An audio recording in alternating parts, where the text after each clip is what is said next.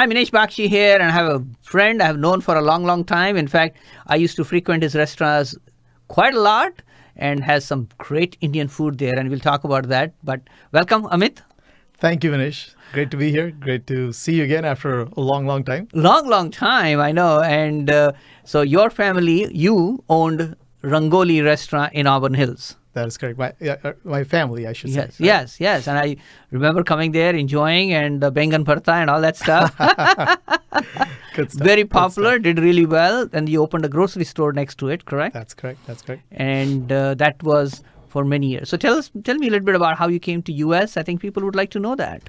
You know, it's been almost 30 years since I've been here in the U.S. Anyway, came here to go to school from Hyderabad and hot Phoenix, Arizona-like weather to Houghton, Michigan. Big difference. 200 and some inches average snowfall a year. So yes, a little bit of a difference for sure. But did my master's in manufacturing systems engineering and moved to Detroit, automotive hub. Did that for a few years, and my wife decided, she and her sister, they decided they wanted to start an Indian restaurant. Okay, that's where it started. So that's where it started in 2000, and then shortly thereafter, I got hooked in to help them. Things took off, and so I gave up my consulting job and got into the business full time to help them. So, Which is interesting. And again, it's not an easy business to be in. it was a lot of fun, though. It was a lot of fun. Good. And it's one of those things where the restaurant business is not easy, of course, as you know. I know. Through your family. Yes. If you're not passionate about it, you get burned out very quick. Exactly. And those who don't know, my in-laws owned a Chinese restaurant called Kim's Restaurant in Troy for 45 years. And recently, in 2019, end of August, they closed it down. And my sister-in-law, I mean, she was just so passionate about it. She worked 10 to 10 every day, no break. And that can be the case if you have that kind of a business. But I know you built up a really good clientele in the area. So what do you think were the secrets, or what were the steps you took to attract really good clientele? And I'm sure the food is one of them, right? Well, I mean, you're a restaurant, so the food is the key, right? But the service and the ambiance are close second and third, right? Yes. And we were very fortunate. We were blessed, and my wife and her sister spent a lot of time in the front of the house, so they had that part. I handled the back of the house, and we were blessed with some very, very good employees that were there for years. And some of them still are, even after we've sold the business, Wow. right? So as you know, about 3 years ago, we decided that this was not something we were going to be able to continue with the same level of commitment as we were getting older and whatnot. So decided to move into, focus on different businesses and move out of the restaurant business. But fortunately, they're doing great still. Yes, I was there not too long ago. Yeah, they're doing a good job. The restaurant's doing well. I hear good things about it. A lot of the employees are still there. Yes. And so it's all good. I agree with you. And my friend Dawn Connors, she loves the restaurant. She's like, hey, the only Indian restaurant I will go to is Rangoli. So I actually had lunch with her one time as well. Fantastic. And so there are a lot of people who have been fan of your place for a long time. So let's talk about the transition. So today you are in a different business, similar in terms of food, but different. So tell me a little bit more about how this journey started, and we'll talk more about the products. As I was telling you how we got into the restaurant business, and then of course space opened up next door, and a lot of people were saying, well, why don't you get into start a grocery store, because there's nothing in the area. And of course, you're carrying more than half the groceries for the restaurant anyway. Yes. So we did that. We opened Spices of India next to Rangoli, which we still own and operate, and does well. It's a good business. Yes, I've been there. As we were doing that, we noticed how bad the distribution, the supply chain was. Left a lot to be desired. I'm sure. And so we decided if we got into that, we would be able to make a difference there and do better than some of the existing players there. So we did that in 2003. We started Premier Food Supplies, which actually is headquartered in Troy, only about a couple miles from here. So did that, and that's doing really well. And as the What kind of product line did you start with? So we started with very limited, just frozen breads and entrees and so on. But now we're full broad line distributor of South Asian products. We have over 2,000 different products that we supply to a number of grocery stores, banquet facilities, restaurants all over the Midwest. Actually, we have a footprint in 18 states, and we recently opened in Texas. Congratulations. So, thank you. And you were running this simultaneously while you were having the restaurant. That is correct. Wow, that's quite a bit of undertaking. Well, I mean, obviously my wife and her sister and my wife's brother-in-law and I, there was 4 of us, and we had a lot of good family support, excellent team of employees. So like I said, we're blessed to have that, and that's the only way you can grow a business. So I agree. You can't be doing everything anyway. That's right. You can only get so far on your own. Absolutely. I agree with you totally in that.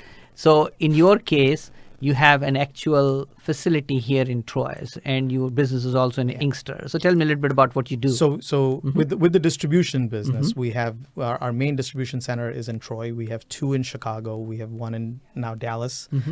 We have a couple sister companies. One is in New Jersey and one is in Ontario. So that's the food distribution part. And a few years ago, we decided that we had to bring some of our recipes from the restaurant. Yes. Bottle them and bring them to market, because we were getting some very good feedback as we were using them catering-wise in the restaurant and so on. So we started to look for co-packers. We started to look for people that could make our product for us. And for a few years, tried that really hard. Had no interest in actually getting into manufacturing. But for one reason or the other, it wasn't working out. 5 different co-packers, and it just wasn't panning out. So we finally decided to, do it on our own, take control of our destiny there, and interestingly learned that we could start producing in one of our restaurant kitchens. Wow. So we got licensed to do that. Our second location that was in Sterling Heights was actually closed on Mondays. I see. So I mean Rangoli Express, right? That is correct. Which we would take that day and bottle these products. We started with a line of chutneys that are actually my mom's recipes. Very good. And they're under the brand go ahead. Bee Leaf. That's our brand. These are available now in Whole Foods, in a number of specialty stores in the area. The recently opened Woodward Corner Market carries these as well, which is it's only about 10 minutes from here in Royal Oak at Woodward and 13 Mile. We recently won a SCOVY for our hottest chutney, the cilantro green chili. So love these. These are very versatile and are finding a lot of good application. I mean, I traditionally had only used them with Indian food, but it's interesting. Our chef friends reach out to us and say, hey, I use these on a bagel, or I use these in a taco, or why not? On a burger or whatever. Somebody even taught us how to make pizza with them instead of the typical tomato sauce, and it's amazing. Creative ways to use it. Absolutely. Well, that's awesome. And so now you have obviously products in Kroger, you said. We have some products in Kroger, and today actually take you a step back. There's only so much we could do in the restaurant kitchen. Correct. So we were looking for how we could scale up, and heard about a project that Eastern Market was pulling together to create a collaborative manufacturing facility that would help a lot of small brands in the area scale up. So we got involved, and we are now a majority owner of this entity. It's called Feast Detroit. It's actually an acronym for Food Entrepreneur Accelerator and Startup Terminal. It's a Feast. It's a mouthful. It took me a while before I could say it in one breath, but. Sure. So that's where we produce our products and those of 19 other companies altogether. Wow. So a lot of every day is an interesting challenge. We're doing something new every day. Absolutely. And to tell you how neat it is to have this and to have Eastern Market support and to be able to do this, when we launched our chutneys, it took me 5 years to get them to market. And then we launched Poplets. I want to share with your viewers, this is a line of popped sorghum. It's kind of like popcorn. Sorghum is a smaller grain than corn. Sure. It's a lot healthier for you than corn. It's never been genetically modified. And to me, the best part is the hull is not as harsh, and so you don't find stuff getting stuck in your teeth or gums. Correct. Right? I love popcorn, but that's the problem. That's the worst part about eating popcorn. I agree with you. Is you especially have to go at the bottom. That's right. So this is doing great for us. We're now in a number of Kroger stores in Michigan. with our sea salt, our Mediterranean, and our white cheddar flavors. And we're actually coming out with brand new packaging for our poplets. So we started out with the simple bag that we're putting a label on, but these I expect to be in markets by early May. Oh, great. Along with this, we're also doing a single serve for for school lunches or grab and absolutely. go. And so we currently have 5 flavors and looking to launch a couple more this year. So very exciting. But the best part was having feasts that we were able to launch poplets in a matter of 3 months. And this is the beauty. This is the advantage we bring to a lot of small brands in the area, that we help them get their product out of a shared use kitchen or out of a home kitchen or out of a rented church kitchen into an environment where it can actually be scaled up. We have good automation. We have a whole lot of different products that we make there. Hot sauces, salsas, barbecue sauces, salad dressings, mustards, pickles, relishes, and of course dry packaged snacks like the poplets. Yeah, and I'm looking at this one, for example, Bollywood masala, right? That's an easy attraction name. That's a flavor I grew up eating. My grandmother used to make, and as you're familiar as well, being from the same part of India. Correct. It's called Juwar Dhani. Yes. So pop sorghum, she made it with that flavor. And then we got creative and did a few more, the Mediterranean. Being in Detroit, you got to do that. Chaldean, yes, and all these Mediterranean, Arabic, and so on families here. So we got one of the largest populations. Sea salt and white cheddar are staples, if you will. They also happen to be our best sellers. And then we have a sweeter version with cocoa cinnamon. Interesting. Wow. I'm just so excited because it's been a long time. We haven't spent as much time together in a long time. That's true. And the only time I typically saw you was at the restaurant when I'm eating there. At that time, obviously, you're busy with other people. It's limited because you're busy with everything from else. that perspective. I obviously got to know your brother quite well. He was on the show a couple of weeks ago, and he did some video for me before too.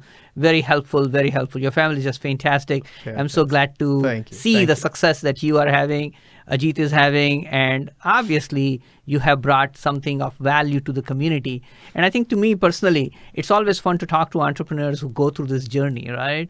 And we know what it looks like. We know the challenges you run into. Now, you are obviously courageous to operate with inventories and everything else. My business doesn't have the same problem, right? But it's just anything that you have a passion for. Different challenges. Exactly. Different challenges, passion, and so on and so forth. So what's success next for you? It's just this is what excites me, right? This is what gets me to wake up in the morning and go to work is the idea of coming up with, new products or even sharing things that I grew up enjoying and bringing them to the broader community and sharing them with people.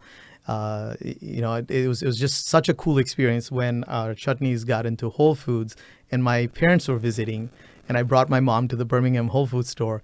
And she just got emotional. She was near tears, I'm sure. Seeing these seeing her chutneys, her recipes on shelves in a fabulous store like Whole Foods. Wow. So that's the special part, man. That's what gets me excited. And hopefully we'll continue to bring out a few more flavors. We've got a few more tricks up our sleeve. And, over the years, we're going to keep doing it.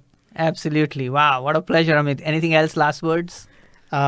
Listen, thank you so much for having me out, man. I I had a great time. This has been fantastic catching up and sharing with you and your viewers what we're doing. This show, like I was catching a few other episodes and really intrigued by what you're doing. Thank you. Thank you so much for doing it. I personally think the LinkedIn, the lady that was on your show here Heather talking about LinkedIn, is quite an eye opener. There's a few takeaways from it that I'm going to apply. Good for you. So this is great. I'm glad you're doing this, and congratulations to you too. Absolutely. And by the way, the LinkedIn video is on the page. And Heather Doring is the expert that I've used personally, and I've really enjoyed her services. She is very helpful, and she knows what she's doing. So by the way, thanks again, Amit. And before we wrap up, if you are somebody who is hungry to get out the message, you are humble and have a helpful attitude, I would love to have you on the show as well. This is Minesh Baxi. Thanks again for watching.